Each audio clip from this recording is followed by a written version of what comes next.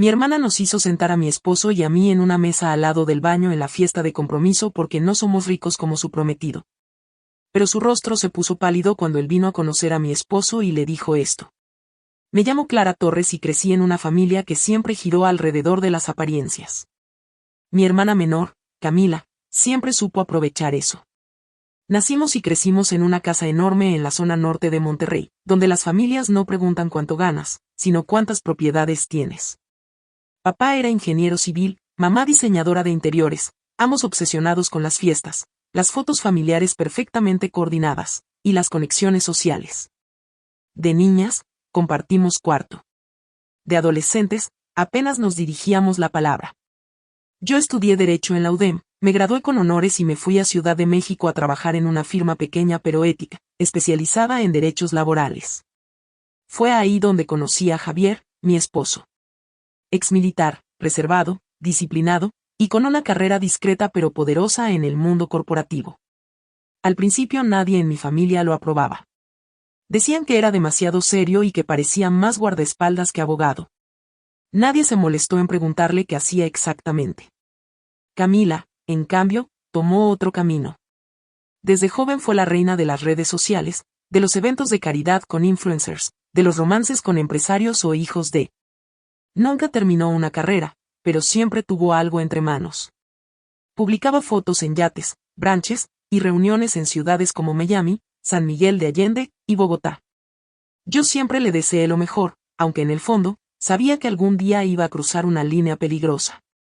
El compromiso con Rodrigo Sanabria llegó como bomba. Rodrigo era el CEO de una empresa de inversiones llamada Arcadia Capital, con oficinas en Nueva York, Panamá y Madrid.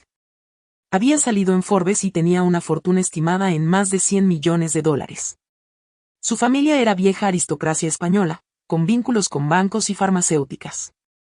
Camila lo conoció, según dijo, en un congreso sobre innovación financiera. Lo que no dijo era que asistió con una acreditación falsa. La invitación a la fiesta de compromiso llegó por mensajería privada. Papel negro con letras doradas, RSVP digital, y una lista de vestimenta estricta, vestido largo, traje con corbata negra, sin logos visibles. La fiesta se realizaría en un hotel en San Pedro Garza García, con catering traído desde Barcelona y una banda de jazz de Nueva Orleans. Era, en pocas palabras, una obra de teatro. Javier y yo llegamos puntuales. Él llevaba un traje hecho a medida, sin marca visible pero de lana italiana. Yo, un vestido sobrio, elegante, con joyas que había heredado de mi abuela. Al entrar, Camila nos miró de arriba abajo y sonrió con los labios, no con los ojos. Nos dio un abrazo apurado y nos guió hacia una mesa lateral, al fondo del salón, cerca del acceso al baño del personal. Me costó entenderlo al principio. Pensé que era un error. Pero cuando noté que a las mesas centrales estaban sentadas influencers de medio pelo con más escote que sentido común, entendí perfectamente. Nos sentamos sin hacer escándalo. Javier, como siempre, mantuvo el semblante sereno. Me tomó la mano debajo de la mesa. No vale la pena, me dijo en voz baja. La noche transcurrió con discursos forzados, brindis incómodos y muchas fotos. En un momento, uno de los meseros me entregó una nota. El señor Sanabria quiere conocer al señor Javier. Era raro. A mi esposo le sorprendió, pero aceptó. A los minutos, Rodrigo apareció. Así que tú eres el famoso Javier, dijo con voz engolada. El esposo de la hermana, más discreta. Javier se levantó, le estrechó la mano y le dijo. Un placer. Javier Campos. CEO de Fisher & Bell, firma auditora internacional. Actualmente estamos investigando tu empresa por operaciones ficticias en Luxemburgo y transferencias trianguladas en las Islas Vírgenes. Rodrigo palideció. Literalmente. Lo vi perder color, tragar saliva, y mirar alrededor como buscando una cámara oculta. Y debe haber algún error, murmuró. No lo creo, dijo Javier. De hecho, me extrañó verte aquí. Hay una alerta migratoria sobre ti en España. Rodrigo se giró y se fue sin despedirse. Camila apareció a los pocos minutos. Estaba desencajada. Preguntó qué habíamos dicho. Le dijimos la verdad. No volvió a hablarnos en toda la noche. Una semana después, recibimos una notificación legal. Camila había solicitado acceso a una propiedad familiar en Valle de Bravo que era parte de un fideicomiso del que yo soy cotitular. Quería hipotecarla para pagar una deuda de Rodrigo. Lo que no sabía era que Javier ya había congelado legalmente sus movimientos. Días después, un escándalo estalló en la prensa. Arcadia Capital era una fachada para lavado de dinero. Rodrigo estaba siendo investigado por múltiples países. Camila desapareció por 3 semanas. Al volver, la familia decidió tener una intervención. Fue en la casa de nuestros padres. Yo no quería ir, pero Javier me convenció. Camila lloró. Dijo que todo era culpa de Rodrigo. Que no sabía nada. Que pensaba que él la amaba. Que solo quería ser aceptada. Pero mientras lloraba, mamá me miró con rencor. ¿Que era necesario destruir su vida? Me dijo. No fui yo quien eligió sentarnos al lado del baño, contesté. Un mes después del escándalo, cuando Camila ya no podía sostener ni su fachada en redes ni su postura de víctima del sistema, llegó lo inevitable, la demanda. Fue el Banco Internacional de Panamá quien dio el primer paso.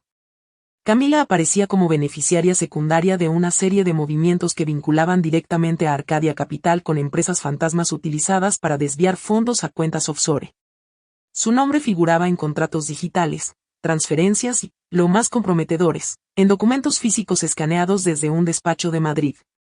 Lo que más la hundió fue un testimonio, un ex asistente de Rodrigo que, a cambio de inmunidad, entregó audios donde ella discutía cómo disfrazar movimientos de capital con fundaciones benéficas. Recibió la notificación en casa de nuestros padres. Mamá gritó, papá rompió un vaso contra el suelo. Camila se encerró 2 días en su cuarto sin comer. Cuando por fin habló, no pidió perdón. Solo exigió ayuda. Clara, necesito un abogado que me saque de esto, me dijo por teléfono. Sé que Javier tiene contactos. Por favor. Lo consulté con Javier. Su respuesta fue inmediata. La defensa es posible, pero no ética. Si la ayudo, limpio su nombre. Y si no lo merece, no lo haré. Camila contrató entonces a una firma de abogados en Ciudad de México llamada Landeros y Asociados, conocida por sus tarifas millonarias y sus métodos agresivos. Ella no podía pagar ni la primera cuota, así que hipotecó lo último que tenía a su nombre, un departamento en Polanco que nunca había terminado de amueblar. El juicio se celebró en el Tribunal Federal de la CDMX. La sala fue asignada al juez Rafael Treviño, conocido por ser meticuloso, implacable y anticorrupción. Las audiencias iniciaron en septiembre, y el caso fue declarado de alto perfil, con cobertura limitada de medios y acceso restringido. Yo estuve presente desde la primera audiencia. Camila entró al tribunal vestida de manera sobria, sin maquillaje, con el cabello recogido y un rosario en la mano. Su rostro parecía haber envejecido 5 años. Su abogado pidió anular las pruebas digitales por vulneración de privacidad, pero el fiscal presentó pruebas de autenticidad firmadas por notarios internacionales. Perdieron el argumento. Su defensa alegó que ella fue víctima de manipulación emocional y psicológica por parte de Rodrigo. Mostraron chats donde él la amenazaba con abandonar el compromiso si no firmaba. El juez tomó nota, pero el fiscal presentó 3 grabaciones donde Camila hablaba abiertamente de cómo blanquear dinero con causa social. El ex socio de Rodrigo en Madrid testificó en video desde España. Confirmó que Camila estuvo presente en reuniones clave, que se reía al firmar papeles con nombres falsos, y que incluso sugirió usar cuentas a nombre de personas mayores. Fue el punto de quiebre. La defensa de Camila intentó un último recurso, declarar a Camila legalmente no apta por trastorno de dependencia emocional severa. Se solicitó la evaluación de un psiquiatra forense. El análisis fue demoledor. Camila tenía plena conciencia de sus actos. La única obsesión que mostraba era con el estatus social. Estábamos todos ahí. Incluso nuestros padres. El juez entró a la sala y pronunció la sentencia sin adornos. Camila Torres Hidalgo, este tribunal la encuentra culpable de complicidad en lavado de dinero internacional, falsificación de identidad y fraude financiero. Condena, 6 años de prisión efectiva en reclusorio de mediana seguridad. Inhabilitación para ejercer cargos públicos o relacionados con fundaciones por 15 años. Multa de 4.3 millones de pesos. Mi madre rompió a llorar. Papá solo agachó la cabeza. Yo me mantuve en silencio. Camila me miró desde su banca. No hubo odio, ni súplica. Solo vacío. Fuera del tribunal, Javier me abrazó. ¿Hicimos lo correcto?, le pregunté. Nosotros no hicimos nada, dijo. Ella lo eligió todo. En los meses siguientes, la prensa siguió el caso, pero el interés se diluyó. Rodrigo fue extraditado a España y condenado por fraude fiscal agravado. La empresa Arcadia Capital fue disuelta y decenas de empleados perdieron su trabajo. Una red entera de corrupción se desmoronó. Camila está en prisión. Tiene acceso a libros, clases y terapia. A veces me escribe cartas. No me pide dinero. Solo cuenta recuerdos de cuando compartíamos cuarto. Yo leo esas cartas, las guardo en una caja. No para perdonarla, sino para recordar lo frágil que es la dignidad cuando se deja en manos de la apariencia. Y así terminó todo. No con un escándalo en redes, sino con el eco de una sala de tribunal donde la verdad, finalmente, tuvo la última palabra. Rodrigo fue detenido en Madrid meses después. Camila intentó demandarlo por abuso emocional, pero sus propios correos la comprometieron. Resultó que no solo sabía de las operaciones, sino que había firmado papeles a nombre de él usando identidades falsas. Uno de los hospitales donde trabajaba como embajadora de bienestar la denunció por falsificación de documentos. Javier y yo seguimos con nuestra vida. Nunca fuimos de redes, ni de ostentaciones. Nuestra cuenta en Suiza sigue intacta. Nuestras inversiones en energía renovable en Chile, creciendo. Nuestros amigos, los mismos de siempre. La última vez que supe de Camila fue por un correo. Me pedía ayuda para pagar a sus abogados. No respondí. A veces, el dinero no compra clase. A veces, las fiestas más caras son las que terminan con la música apagada y las luces encendidas, dejando al descubierto lo que nadie quería ver. Y a veces, el esposo silencioso de la hermana Modesta resulta ser el hombre más poderoso del salón. Mientras en México el juicio contra Camila avanzaba, Rodrigo Sanabria había desaparecido del mapa. Tras la cancelación del compromiso y la filtración de documentos que vinculaban a su empresa con operaciones ilícitas, huyó de México 2 días antes de que se emitiera su orden de aprehensión. Tenía experiencia en moverse con sigilo. Había estudiado en Suiza, trabajado en Londres, y tenía pasaportes de Argentina, España y Paraguay. Pero no contaba con algo: la tenacidad de una investigación internacional coordinada entre la UIF de México, la Interpol y Europol. Todo comenzó con una solicitud formal de ficha roja emitida desde la Fiscalía General de la República. Rodrigo fue acusado de fraude fiscal, lavado de dinero, uso de documentos falsos y asociación delictuosa. Su última ubicación confirmada era en Madrid, en el exclusivo barrio de Salamanca. Ahí se había refugiado en un departamento propiedad de una sociedad panameña cuyo rastro fue descubierto por los auditores de Fisher y Bell, la firma donde Javier, mi esposo, seguía desmenuzando cada movimiento de Arcadia Capital. La madrugada del 17 de octubre, agentes de la Brigada Central de Blanqueo de Capitales de la Policía Nacional Española, junto con 2 agentes de Interpol asignados al caso, ejecutaron una orden de detención con fines de extradición. Rodrigo fue arrestado a las 4:17 de la mañana mientras dormía. Tenía consigo 2 teléfonos, una laptop, 5 tarjetas bancarias internacionales y un reloj valuado en 180.000 euros. En la escena también se encontraron documentos de identidad falsos, uno de ellos con su rostro y el nombre Martín Caballero. Ese hallazgo agravó la causa. Rodrigo fue trasladado al centro penitenciario de Soto del Real, al norte de Madrid, una cárcel que ha albergado a narcotraficantes, exministros corruptos y empresarios caídos en desgracia. Sus abogados presentaron un recurso inmediato de habeas corpus, alegando detención ilegal, pero fue rechazado en 48 horas por el Juzgado Central de Instrucción número 3 de la Audiencia Nacional. El proceso de extradición. El proceso fue seguido de cerca por prensa española y mexicana. La Audiencia Nacional, máximo tribunal español en asuntos de cooperación internacional, debía determinar si procedía a la extradición. Rodrigo intentó todas las vías posibles para evitarla. Alegó persecución política. Dijo que la FGR mexicana actuaba por motivaciones personales y vínculos familiares, refiriéndose a mí y a Javier. Fue desestimado de inmediato, no tenía pruebas. Solicitó asilo. Su defensa argumentó que México violaría sus derechos humanos. La solicitud fue considerada absurda por el juez instructor, dado su nivel económico y las garantías ofrecidas por las autoridades mexicanas. Intentó negociar cooperación. A través de su defensa, propuso entregar nombres, cuentas y documentos a cambio de inmunidad parcial. Pero la FGR, decidida a dar ejemplo con este caso, lo rechazó. Durante el proceso, un documento clave fue filtrado, una grabación de Rodrigo conversando con un banquero en Andorra sobre cómo mover fondos sin dejar rastro fiscal.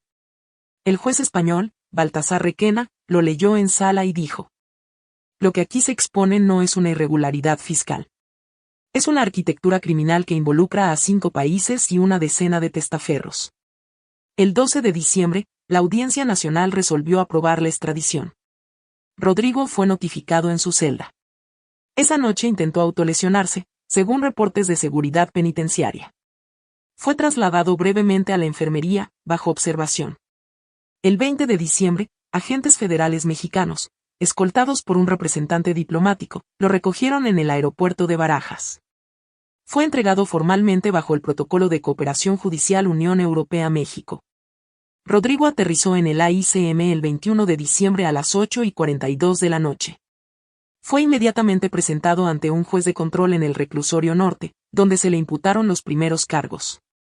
Vestía un traje gris, sin corbata, y por primera vez, sin su sonrisa acostumbrada. La extradición de Rodrigo Sanabria se convirtió en un precedente legal. La UIF emitió nuevas directrices para monitorear fundaciones benéficas. La FGR abrió otras 5 investigaciones contra socios suyos. Arcadia Capital fue oficialmente disuelta. Y más de $40 millones fueron recuperados por el Estado mexicano. Camila, desde prisión, no ha hablado de Rodrigo desde entonces. Ya no lo menciona en sus cartas. Ni siquiera en las líneas donde habla de redención. Porque sabe, y lo sabrá siempre, que no cayó por amor, sino por codicia. Han pasado 8 años. El tiempo no borra todo. Algunos nombres se olvidan, otros se convierten en advertencias. Lo que pasó con Camila y Rodrigo fue portada, escándalo, documental. Pero ahora, 8 años después, cada uno tomó un rumbo distinto. Algunos encontraron paz. Otros, justicia. Y unos pocos, soledad. Camila Torres fue liberada tras cumplir 6 años de condena por buena conducta. Nunca apeló. En prisión, estudió psicología a distancia. Hoy vive en Mérida, bajo otro nombre, trabajando en una organización que ayuda a mujeres en procesos penales. Usa gafas oscuras, se tiñe el cabello de negro, y evita hablar del pasado. Hay quienes dicen que cambió. Otros que solo aprendió a disimular mejor. Yo no lo sé. A veces, cuando leo sus cartas viejas, noto algo distinto en la caligrafía, menos presión, menos rabia. Pero hay heridas que no se curan, solo se encapsulan. Rodrigo Sanabria fue condenado a 18 años de prisión en España. Cumple su condena en el Centro Penitenciario Madrid V, donde, según registros públicos, da clases de contabilidad a otros internos. Su nombre fue borrado de todos los registros corporativos. Su fortuna desapareció, parte fue embargada, otra se esfumó en cuentas que nadie logró rastrear.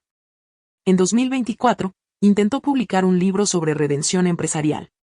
Ninguna editorial lo aceptó. Desde entonces, no ha emitido más comunicados. Sus redes sociales están cerradas. Su familia se mudó de país. Nadie quiere cargar con su apellido. Papá murió hace 3 años. Nunca volvió a hablar del caso. En sus últimos años, sufrió un derrame cerebral. Mamá vive en Guadalajara con una tía, lejos de la prensa, de la alta sociedad, y de las fiestas perfectas. Dice que prefiere los silencios. Ya no celebra Navidad. Solo prende una vela y pone una foto antigua en la mesa, Clara y Camila, en uniforme escolar, antes de que todo se rompiera. Mi esposo, ahora tiene 46 años. Su firma Fiser y Bell expandió operaciones a Santiago, La Paz, Lima y Lisboa. Es uno de los abogados corporativos más respetados de la región, aunque sigue huyendo de los reflectores. Da clases en línea en 2 universidades y, a pesar de todo, sigue cultivando silencio. Su única red social es LinkedIn, y aún ahí apenas publica. Javier fue clave en un caso internacional contra una farmacéutica suiza que operaba sin permisos en África. Desde entonces, el círculo financiero sabe quién es, aunque nunca levanta la voz. Siempre supo que la justicia real no se tuitea, se ejecuta con evidencia. Ahora tengo 39 años. Dejé el despacho donde trabajaba en Ciudad de México y junto a Javier fundamos nuestra propia consultoría jurídica, especializada en delitos financieros y compliance corporativo. Damos talleres, capacitaciones y hemos ayudado a cerrar más de una decena de redes de lavado en América Latina. Vivimos en Querétaro, en una casa rodeada de encinos, con un huerto pequeño y una oficina que da al jardín. Nunca quise ser famosa, pero la historia de mi hermana nos persigue. A veces, en entrevistas, me preguntan cómo fue vivirlo. A veces respondo. A veces solo sonrío. Nunca volví a hablar con Camila directamente. Pero cada cumpleaños, recibo una nota sin remitente. Manuscrita, simple. No hay disculpas. Solo una línea: gracias por no mentirme cuando todos lo hacían. La historia fue contada en un documental, La hermana silenciosa. Se estrenó en una plataforma en 2023. No di entrevistas, pero cedí algunas notas. La narración fue objetiva, pero con un peso inevitable, el de una familia marcada por la ambición, el poder y la justicia. Hoy, cuando camino por los pasillos de un juzgado, a veces escucho murmullos. Algunos me miran con respeto, otros con lástima. Pero yo camino firme. Porque aprendí que no hace falta gritar para tener razón. A veces, solo hace falta resistir el tiempo, y decir la verdad, aunque duela.